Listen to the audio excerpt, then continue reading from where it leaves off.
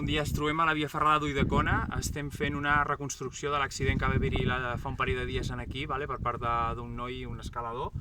El que va passar, exactament això és el quart tram. Aquí hem fet un passamà d'aproximació amb aquesta instal·lació de ràpel.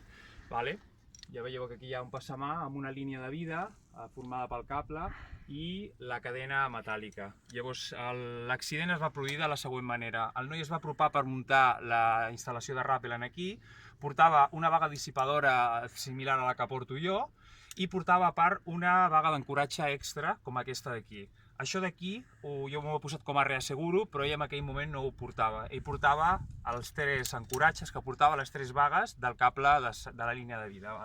Llavors va haver-hi un moment en el qual, per apropar-se'n aquí, va fer el canvi i va passar les 3 línies de seguretat que portava i les va enganxar amb aquest bucle d'aquí. Com veieu, això d'aquí és un remate del passamà que finalitza a la roca mitjançant un forat amb el taladro, ho han ficat a dins i han posat sellament químic o massilla o sica o el que sigui, d'acord?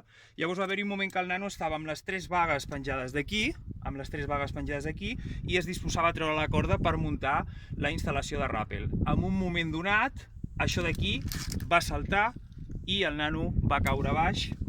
Ja veieu que va tenir una caiguda bastant important.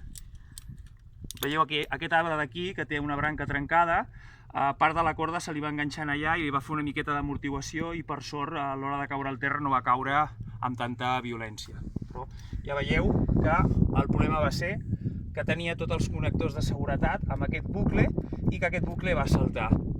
Amb la qual cosa la recomanació seria que si veniu a fer la ferrada, tots els remates finals de passamans, intenteu no fer-los servir, intenteu assegurar-vos sempre aquí i fer servir també una mica les instal·lacions intermitges, com poden ser parabols, anelles o si trobeu algun químic.